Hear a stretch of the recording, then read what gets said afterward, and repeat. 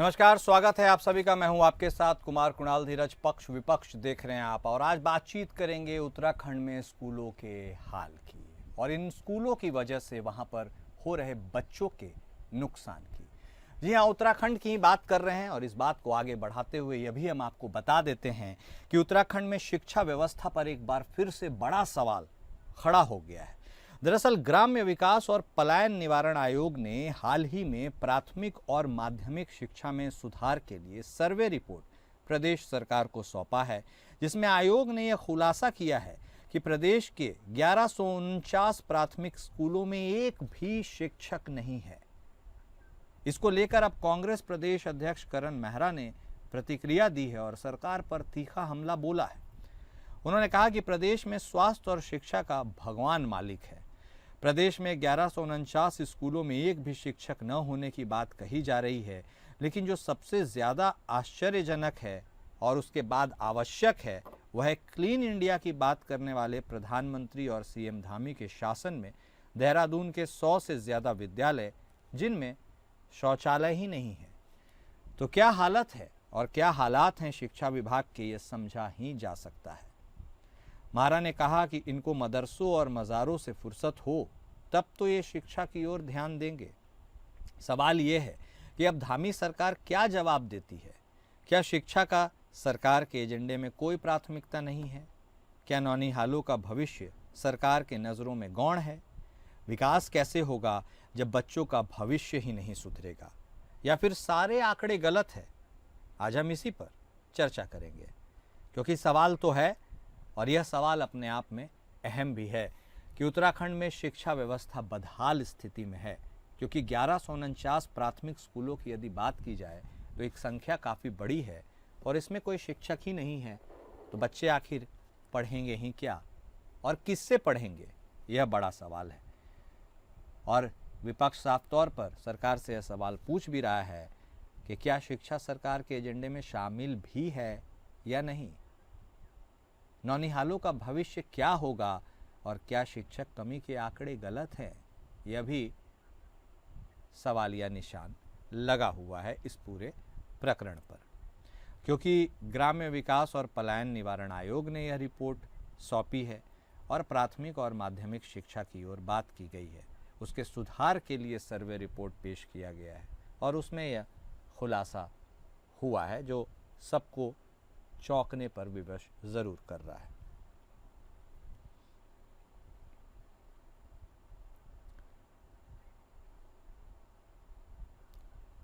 तो उत्तराखंड की शिक्षा व्यवस्था लगातार सवालिया निशान में है। सरकार से सवाल पूछे जा रहे हैं और यह सवाल वाजिब भी है कि आखिर इतनी बड़ी संख्या में यदि स्कूलों में शिक्षक ही नहीं है तो फिर उन स्कूलों के क्या मायने हैं और शिक्षा के ही क्या मायने हैं, और किस स्थिति में बच्चे शिक्षा ग्रहण करेंगे और आगे बढ़ेंगे।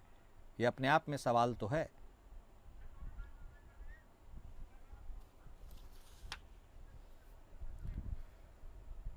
और शिक्षा व्यवस्था पर जो सवाल लगातार लोग पूछ रहे हैं, सर्वे रिपोर्ट में जो खुलासा हुआ है उसने एक बार फिर से विपक्ष को मौका दिया है सरकार को घेरने का। अब देखना दिलचस्प होगा कि इस पूरे मुद्दे को सत्ता पक्ष और विपक्ष कैसे आगे बढ़ाते हैं। लेकिन हम चर्चा ज़रूर करेंगे। हमारे साथ हमारे खास मेहमान जुड़ चुके हैं। हमारे साथ कांग्रेस पार्टी की तरफ से बतौर प्रवक्ता डॉक्टर प्रतिमा सिंह जी जुड़ी हैं। वहीं हमारे साथ भारतीय जनता पार्टी की तरफ से बतौर प्रवक्ता प्रभा बंदूनी जी भी जुड़ गई हैं। आप दोनों खास मेहमान का स्वागत है। प्रभा जी, शुरुआत आप ही से करते हैं। सरकार में आप हैं, सवाल भी आप ही से पूछा जा रहा है, लेकिन गौर करने वाली बात यह है कि 8 साल से आप सरकार में हैं। धामी सरकार की बेमिसाली के आप लगातार बातचीत कर रहे हैं, लोगों को यह मैसेज पहुंचाने की कोशिश कर रहे हैं, लेकिन क्या उन बच्चों के बारे में भी सोच रहे हैं जो प्राइमरी स्कूल और मिडिल स्कूल में जाते हैं? और 1150 के आसपास ऐसे स्कूल हैं जिनमें आपके पास शिक्षक ही नहीं है, और जब शिक्षक ही नहीं है तो उस स्कूल का क्या फ़ायदा, बच्चों के जाने का क्या फ़ायदा और फिर पढ़ाई का क्या फ़ायदा। इस हिसाब से तो वहाँ पर शिक्षा का हाल बहुत बुरा है। और क्या ये सारी चीज़ें आपके नोटिस में नहीं है प्रभा जी? देखिए कुणाल जी, सबसे पहले तो मैं आपको ये बताना चाहूंगी कि आज धामी सरकार के नेतृत्व में जिस प्रकार से उत्तराखंड राज्य में शिक्षा के लिए काम हो रहा है, उसके बारे में ठीक है। ये जो पलायन आयोग की अभी रिपोर्ट आई है, ये आपको एक आंकड़े जो दिए गए हैं, तो ये निरीक्षण हमारी सरकार के द्वारा ही करवाया गया था, क्योंकि हमारा संकल्प है कि हम आने वाले वर्षों में उत्तराखंड को एक विकसित राज्य की ओर ले जा रहे हैं। तो अब जब वहाँ पे हमने ही रिपोर्ट तैयार करवाई है कि हमारा कोई भी जिला ब्लॉक स्तर पे शिक्षा से वंचित ना रहे, तो जब ये रिपोर्ट आई तो कुणाल जी, एक चीज मैं इससे पहले स्पष्ट कर देना चाहती हूँ कि आज शिक्षा के लिए जितना उत्तराखंड सरकार ने बजट दिया है, उस बजट के अनुरूप ही हमारी शिक्षा नीति ये है कि अगर किसी गांव तक में भी एक बच्चा भी स्कूल में है तो वो शिक्षा से वंचित ना रहे। इसके लिए वहां पर शिक्षक दिया जाएगा। अगर एक बच्चा भी स्कूल में है, तो ऐसे बहुत सारे स्कूल हैं कि जहां पर एक बच्चा या दो बच्चे भी हैं तो वहां पे शिक्षक दिए गए हैं। ये भी उस रिपोर्ट में खुलासा किया गया है।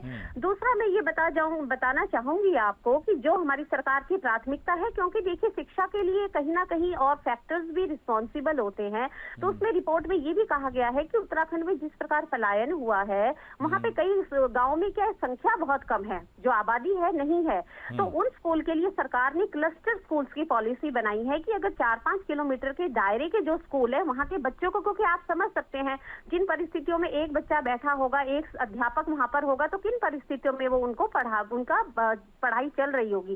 तो वहाँ सरकार ने क्लस्टर स्कूल का कर दिए हैं, वहां पर बनाने के लिए आदेश जारी किए हैं कि जो 4-5 किलोमीटर के दायरे के स्कूल होंगे, वहां के सारे बच्चों को एक जगह लाया जाएगा और उनके आने जाने का जो खर्चा होगा वो सारा सरकार वहन करेगी।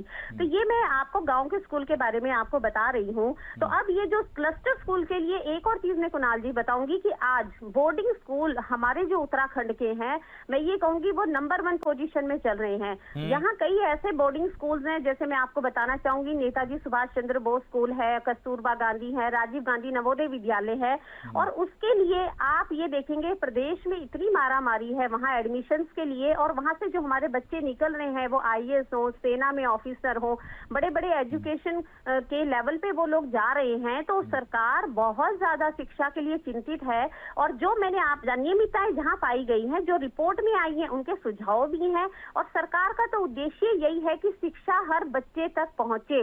उसके लिए कहीं कोई कॉम्प्रोमाइज नहीं किया जा रहा है। जहां पर यह है कि स्कूल्स है, मैंने आपको क्लस्टर स्कूल्स के बारे में बता दिया है, उसका कारण है कि वहां पे बच्चे नहीं है। तो अभी मैं जस्ट एक लाइन में इसको कंप्लीट करूंगी। एक चीज और है, अभी हमारे स्कूल में आप देख लीजिए, जो हमारे प्राइवेट स्कूल्स पे थे उसमें भी हमारे माननीय शिक्षा मंत्री जी ने एक ठोस कदम उठाते हुए टोल फ्री नंबर जारी किया है, जिस प्रकार से ताकि जो वहाँ के पेरेंट्स हैं, अगर उनको अभी कोई किसी भी प्रकार का प्राइवेट स्कूलों की मनमानी नहीं होने दी जाएगी। अगर किसी भी पेरेंट्स को यूनिफॉर्म, फीस स्ट्रक्चर या बुक्स से लेके कोई भी परेशानी होती है, तो जिले शिक्षा अधिकारी पर कहीं पर भी अपनी कंप्लेंट डायरेक्ट वो दर्ज करवा सकता है। तो आप देख लीजिए, सरकार तो हर जगह अपना स्वतंत्र सबको निर्णय करने का अधिकार दे रही है, जिससे कि सरकार कहीं पर भी शिक्षा के साथ कोई हम कॉम्प्रोमाइज नहीं कर रहे हैं, और हर किसी को अपनी बात रखने का अधिकार है। ठीक है, डॉक्टर प्रतिमा भी हमारे साथ जुड़ी हुई है। प्रतिमा जी, आपने सारी चीजें सुन तो ली ही होंगी, इसीलिए एक सवाल आपसे भी यही बनता है कि मान लीजिए वो कह रहे हैं कि भाई हमने ही सर्वे कराया, रिपोर्ट कराया, ताकि हम जानने की कोशिश कर रहे हैं कि कहाँ कुछ खामियां हैं, उनको दुरुस्त किया जाए, क्लस्टर स्कूल्स उसके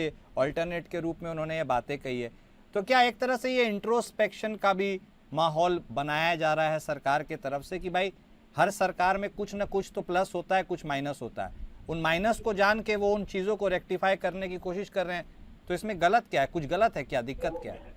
नहीं, देखिए, जिस तरीके से मैं अभी भारतीय जनता पार्टी की प्रवक्ता को सुन रही थी, उन्होंने कहा था कि हमने रिपोर्ट तैयार करवाई। हाँ। तो ये इन्होंने रिपोर्ट तैयार नहीं करवाई है, ये जो है पलायन आयोग, जो कि एक मुझे लगता है स्वतंत्र आयोग है, और उसने एक सर्वे किया, और ये सर्वे जो है जब इनके विरुद्ध आ गया, मुझे लगता है तो बड़ी जो खटास तो मन में भारतीय जनता पार्टी के जरूर होगी, क्योंकि इन्हें लगा होगा कि ऐसा जो स्थिति है इतनी दयावह, जो इतनी भयावह नहीं होगी।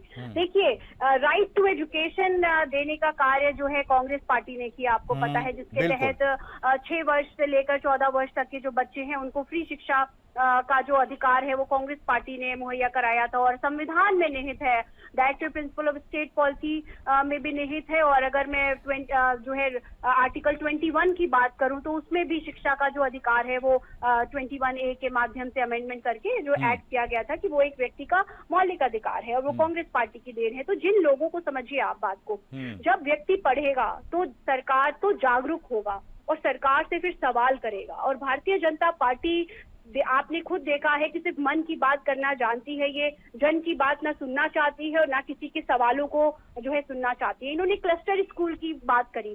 क्लस्टर स्कूल की आपको आवश्यकता क्यों पड़ी? वो तो इसीलिए पड़ी ना क्योंकि आप जो स्कूल चल रहे थे, अभी एक रिपोर्ट आई थी शिक्षा विभाग की, आपको भी पता होगा, उस पर शायद हमारी डिबेट भी हुई थी कि किस तरीके से 1715 के करीब ऐसे स्कूल थे जहां पर जो पंजीकृत छात्रों की संख्या थी वो 2 से भी कम थी। और आप खुद समझिए इस बात को। और उसके बाद कई ऐसे स्कूल थे, आज मैं बताऊं आपको, उत्तराखंड पूरे देश में दूसरे नंबर का स्टेट बन गया है जहां पर स्कूलों में छात्रों की संख्या 1 है और 1 से भी कम यानी 0 है। और आज इसकी वजह पता चली जब पलायन निवारण आयोग ने अपनी सर्वे रिपोर्ट ली, तब पता चला, अंदाजा लगा इस बात का कि आखिर छात्रों की संख्या कम है क्यों। उसकी वजह यही है कि जब आप शिक्षक मुहैया नहीं कराएंगे, पहाड़ हो या मैदान हो उनके स्कूलों में, तो फिर वहां पे छात्र पढ़ेंगे कैसे। और समझिए ये भारतीय जनता पार्टी की सोची समझी एक रणनीति है। आप क्लस्टर स्कूल की बात इसलिए कर रहे हैं क्योंकि जो स्कूल सेटअप थे, जो कांग्रेस पार्टी के वक्त से सेटअप है, क्योंकि शिक्षा के अधिकार की बात हम करते हैं, आप उसको चलाने में नाकामयाब रहे। आप शिक्षा व्यवस्था को आपने बिल्कुल जो है धरातल पर ला करके छोड़ दिया है। इसकी वजह मैंने आपको बताई कि जो लोग सिर्फ मन की बात करते हैं, जनता की बात सुनते नहीं, सवालों को कभी सुनते नहीं, वो जनता को पढ़ने नहीं देना चाहते। क्योंकि जब प्रदेश पढ़ेगा तो प्रदेश का बच्चा सवाल भी पूछेगा कि 2014 में मोदी जी ने जो वादा किया था 2 करोड़ नौकरियां प्रतिवर्ष हम लेके आएंगे, वो कहाँ गई। आपने कहा था कि जो है बहुत हुई महंगाई की मार और अब की बार इनकी सरकार, लेकिन आज भी महंगाई जो पुराने दिन थे उनसे बुरी स्थिति में है। तो जनता ये कह रही है आज की डेट में, और मुझे लगता है भाजपा को भी ये समझ आ जाएगा कि भाई कोई लौटा दे मेरे बीते हुए दिन, वो जो बुरे दिन थे आप वही लौटा दीजिए। कम से कम बच्चा जो था वो स्कूल जाकर के पढ़ तो रहा था। ये नेक्सस है, इसको समझने की कोशिश करिए। ये एक नेक्सस है प्राइवेट स्कूल्स और सरकार के बीच का। इसलिए क्योंकि अगर, हाँ बिल्कुल, क्योंकि समझिए अगर आप सरकारी स्कूलों को बंद कराने की कगार पे लेके नहीं जाएंगे तो जो प्राइवेट स्कूल्स हैं वो अपनी मनमानी कैसे करेंगे, चाहे फीस के मुद्दे पे हो, चाहे कॉपी किताब के मुद्दे पे हो, किसी भी मुद्दे पे। अभी आप कल ही मैं एक रिपोर्ट पढ़ रही थी, एक न्यूज पढ़ रही थी जिसमें ये देखा कि जो किताब कॉपियों का जो बंडल जो केंद्रीय विद्यालय वहां पे 400 रुपए का है, वही कॉपी किताब का यूकेजी और एलकेजी का बंडल 4600 रुपीज का प्राइवेट स्कूल में है। अब ये आप इसके बाद आप बड़ी बड़ी बातें कर रहे हैं। माननीय शिक्षा मंत्री जी ने टोल फ्री नंबर जो है उसका लॉन्च करने का कार्य किया। अब आप शिकायत कर सकते हैं, अब आप ये कर सकते हैं। अरे भैया बहुत हो गया। अब बोल बोल के सिर्फ आदेश पारित कर करके अपने आदेशों को धरातल पर लाने की जिम्मेदारी भी सरकार की होती है, जो जिम्मेदारी सरकार जो है जिसका निर्वहन सरकार नहीं कर पा रही है। और सरकार को शर्म आनी चाहिए। ठीक है, नहीं, ये इम्पोर्टेंट है, ये इम्पोर्टेंट है। ठीक है, मुझे 10 सेकंड दीजिए। देखिए, जिस प्रदेश का बजट की शुरुआत वो ज्ञान से करते हैं, लेकिन उसी प्रदेश के ज्ञान का जो मंदिर है, जो स्कूल, उसकी जो हालात खस्ता हाल इन्होंने कर रखी है, तो मुझे लगता है शर्म आनी चाहिए भारतीय जनता पार्टी को, जो प्रदेश के नैनीहालों का जो भविष्य है उसके साथ खिलवाड़ करने का कार्य कर रहे हैं। प्रतिमा जी, नहीं, ये इम्पोर्टेंट भी है। देखिए, अब शिक्षा ऐसी बुनियादी चीज है जिसको लेकर के हम चाहते हैं या कोई भी चाहता है कि वाद विवाद ना हो और ये सुचारू रूप से चले, लेकिन इतने गैप के बाद सवाल तो पूछे जा ही सकते हैं और जाएंगे ही। प्रभा जी, देखिए, शिक्षा के ऊपर जो बातचीत हमने की वो अपने आप में तटस्थ है, लेकिन क्लीन इंडिया ये मिशन, ये स्वच्छता को लेकर के आपने गजब की मुहिम चलाई थी और ये आज से नहीं है, सालों से ये मुहिम चल रही है। और वही सर्वे रिपोर्ट में एक और खुलासा भी हुआ है, जिस सर्वे रिपोर्ट की आप बात कर रही थी कि देहरादून, चलिए सुदूरवर्ती इलाकों की आपने बात की कि भाई हमने सर्वे कराया, पहुंच से दूर है, देहरादून में ही 100 ऐसे स्कूल हैं जिनमें शौचालय नहीं है। आपके पास तो इतने सारे एक्सपर्ट कमेटी होते हैं, आपके पास संसाधन है। वो मैं करेक्शन कर दूं, 142 स्कूल्स ऐसे हैं जिनको इंफ्रास्ट्रक्चर के मैटर में, जिनमें देहरादून में ही ऐसे हैं जिनमें शौचालय तक। चलिए, आप जान ही रही हैं तो बता भी दीजिए क्या कारण है।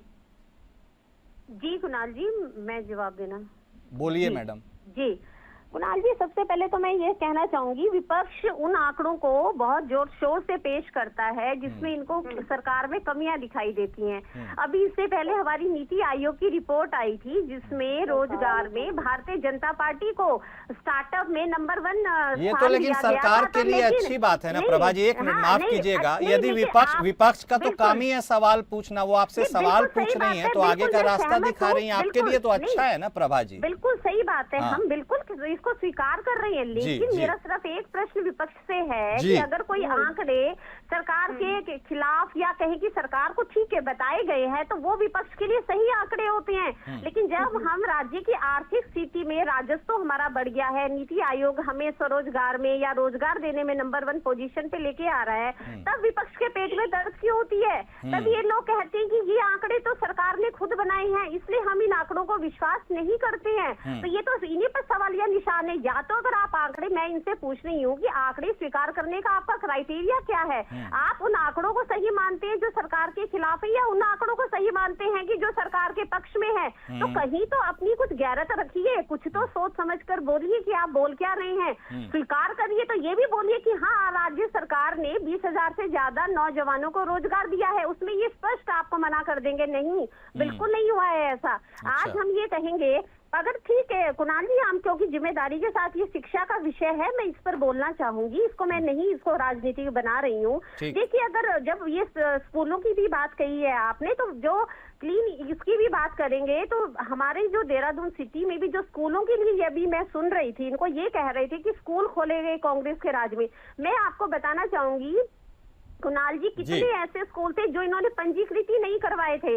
कई भवनों के बारे में भी ऐसा आ गया कि उनकी इंफ्रास्ट्रक्चर नहीं है, जर्जर स्थिति में वो है, तो उन स्कूलों को दान में दिए गए वो स्कूल थे, उनका कोई रिकॉर्ड नहीं था। ये कांग्रेस की मिली भगत चल रही थी, जो ये नेक्सस की बात कर रही है, वो इनका और जो दान दे रहे थे उनका, इनकी आपस में सांठ-गांठ चल रही थी कि इस प्रॉपर्टी को हम दान के उसमें दिखा देंगे और फिर आपस में बांट लेंगे। तो ये तो देखिए जग जाहिर है, आज कांग्रेस का नेक्सस तो बड़ा बड़ा जगह, अभी वक्फ बोर्ड में भी हमने देख लिया है किस प्रकार इन्होंने गरीब मुस्लिमों का हक छीना है। वक्फ बोर्ड के जो बड़े बड़े अधिकारी हैं उनके साथ बैठकर ये मलाई खाने का काम कर रहे थे। तो इसलिए इनकी बातों पर तो बिल्कुल भी विश्वास करना, मुझे लगता है किसी भी मुद्दे को ये गंभीरता से लेंगे, मैं नहीं समझती हूँ। और अगर ये कहते हैं कि अभी मैं क्लीन इंडिया, तो देखिए हमारे तो माननीय मुख्यमंत्री जी के सख्त निर्देश हैं कि चाहे कोई भी स्कूल हो, सरकारी हो, प्राइवेट हो, शिक्षा हमने हमारा जैसे कहेंगे कि हमारी प्रायोरिटी है, हर बच्चे तक शिक्षा पहुंचनी चाहिए, इसीलिए हम समय समय पर कुछ ना कुछ अमेंडमेंट्स उसमें करते रहते हैं। अब देखिए, एक तरफ तो हम राज्य की संस्कृति और विरासत को बढ़ाने का काम कर रहे हैं। अभी आपने देखा होगा कि जो हमारे माननीय, ये जो प्रभा जी आप इंफ्रास्ट्रक्चर की बात कर रही हैं, ये जो स्कूलों में क्लीन इंडिया के तहत, उसको भी आप रेक्टिफाई करने के लिए कुछ पहल कर रहे हैं? बिल्कुल बिल्कुल बिल्कुल। इसमें आपको कुणाल जी ये बताएंगे कि जितने भी स्कूल हमारे हैं, माननीय शिक्षा मंत्री ने आदेश दे दिए हैं कि मुझे जितने भी, अभी वो गए थे आपके पिथौरागढ़ में, उन्होंने स्कूल के लिए 14 करोड़ से, अब ये जो नवोदय स्कूल राजीव गांधी बन रहा है, कोई बिना किसी भेदभाव के किसी भी जिले में जहाँ पर भी हमें लग रहा है, समझ गया आपकी बात, बिना किसी भेदभाव के इन सारी चीजों को तटस्थ और दुरुस्त किया जाए। ठीक है, ठीक है प्रभा जी, समझ गए। ओके ओके प्रतिमा जी, देखिए मुझे एक चीज यह निकल कर सामने आई, बाकी तो आपने बातें सुनी। प्रभा जी का यह भी कहना है कि भाई जब चीजें सरकार के पक्ष में रिपोर्ट आती हैं तो आप उनमें तारीफ नहीं करते हैं या उनमें उनका स्वागत नहीं करते हैं, लेकिन वही जब आंकड़े सरकार के खिलाफत में हो जाती है तो आप उन्हें बहुत पिन पॉइंट करते हैं। इस चीज के ऊपर भी आप बता दीजिएगा, और बाकी चीजें तो आपने सुनी है। देखिए, बिल्कुल मुझे लगता है कि कांग्रेस पार्टी, हम जो भी निष्पक्ष जो है कमेटी होती है, निष्पक्ष आयोग होते हैं, उनकी अगर कोई रिपोर्ट आती है तो हम उसे बिल्कुल जो है स्वीकार करने का कार्य करते हैं। अब एक छोटी सी बात बताऊंगी, बड़ी बड़ी बातें हो गई। एनएसएसओ का नाम सबको पता है। एनएसएसओ एक ऐसी एजेंसी है जिसकी जो रिपोर्ट्स है वो प्रमाणित होती है, ठीक है, यहाँ से नहीं विदेशों में भी उसके आंकड़ों को माना जाता है। जब उस एनएसएसओ ने आंकड़ा दिया कि 45 सालों में सबसे ज्यादा जो बेरोजगारी दर वो नरेंद्र मोदी की सरकार में रही, तो यही भारतीय जनता पार्टी के लोग थे जो कह रहे थे, जिन्होंने एनएसएसओ की रिपोर्ट को खारिज कर दिया कि ये तो बायस्ड है और ये कांग्रेस से प्रेरित है। ये कहा इन्होंने, आज यही जब खुद से पड़ती है तो बड़ा दुख हो रहा है इनको। दूसरी बात, विकास की बात इन्होंने कही कि प्रदेश को विकास की तरफ ले जा रहे हैं। अरे भाई, ये कौन सा विकास है जिसका इंतजार देश और प्रदेश की जनता 2014 से करने का कार्य कर रही है? लेकिन ये विकास जिसको पाल पोस रही है भारतीय जनता पार्टी, लेकिन ये विकास और किसी को सड़कों पे नजर नहीं आ रहा है, सिर्फ भारतीय जनता पार्टी को ही नजर आ रहा है। यही उसे पाल पोस करके बड़ा करने का जो है कार्य कर रहे हैं। इन्होंने कहा कि सरकार अपने कर्तव्यों का निर्वहन, देखिए इन्होंने कहा विपक्ष के पेट में दर्द होता है। पहले तो ये शब्दावली बड़ी अजीब सी इस्तेमाल करते हैं भाजपा के लोग, पर चलिए कोई बात नहीं, हमारे पेट में दर्द नहीं हो रहा कुणाल जी। हमें जनता ने विपक्ष में बिठाया है और जब जब सरकार अपने दायित्वों का निर्वहन करने में फेल होगी, विपक्ष बैठ करके और विपक्ष हर तरीके से सड़कों से लेकर सदन तक सरकार को ये याद दिलाएगा कि आपको इस जनता ने सत्ता पे बिठाया है उसकी सेवा करने के लिए, ना कि उसके विरोध में खड़े होने के लिए। आपको इस प्रदेश की जनता ने सत्ता में बिठाया है इसलिए क्योंकि आपने बड़े बड़े वादे किए थे। सर्व शिक्षा, आपने सबको समान शिक्षा देने की बात करी थी। आज समानता की बात करते हैं ये।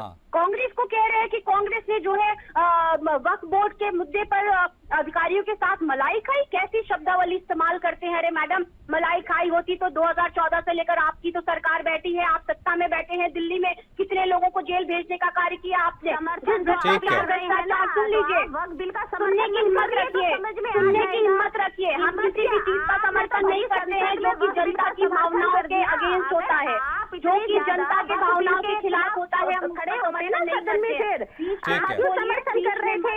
अगर वो लीजिए हो गया, अगर हम मलाई खा रहे हैं तो कहीं आवाज तो परेशानी हो रही है ना। कर रहे हैं अभी उत्तराखंड में मदरसों पे मुद्दे पे 2G 4G जितना भी आपने क्या हमारे नेताओं को बाइज्जत चाहे कोई, ठीक है, चाहे कोई सवाल पूछे या जवाब दे, मैं समझ गया। उसके निहित यही निकल कर आता है कि जनता के मन में जो बात है और उसके हित के लिए जो बात है वो आप दोनों को सुननी भी चाहिए, समझनी भी चाहिए, और सवाल उठाते हैं तो उठाइए भी और हल भी निकालिए, यही अपेक्षित है। बहुत शुक्रिया आप दोनों खास मेहमान का, आप दोनों ने वक्त निकाला और इस चर्चा में आप शामिल हुए। लेकिन जो दो बुनियादी सवाल हैं वह ये हैं कि कब ये शिक्षक भरे जाएंगे इतनी बड़ी संख्या में जो स्कूल है, ताकि बच्चे शिक्षा हासिल कर सके, और जो क्लीन इंडिया के तहत ओपन डेफिकेशन फ्री की बातें होती हैं, कम से कम स्कूलों में ही उसे चरितार्थ करने की ज़रूरत है, ताकि बच्चे जब स्कूल जाएं तो कोई अभाव महसूस ना करें। पक्ष विपक्ष में आज बस इतना ही। नमस्कार।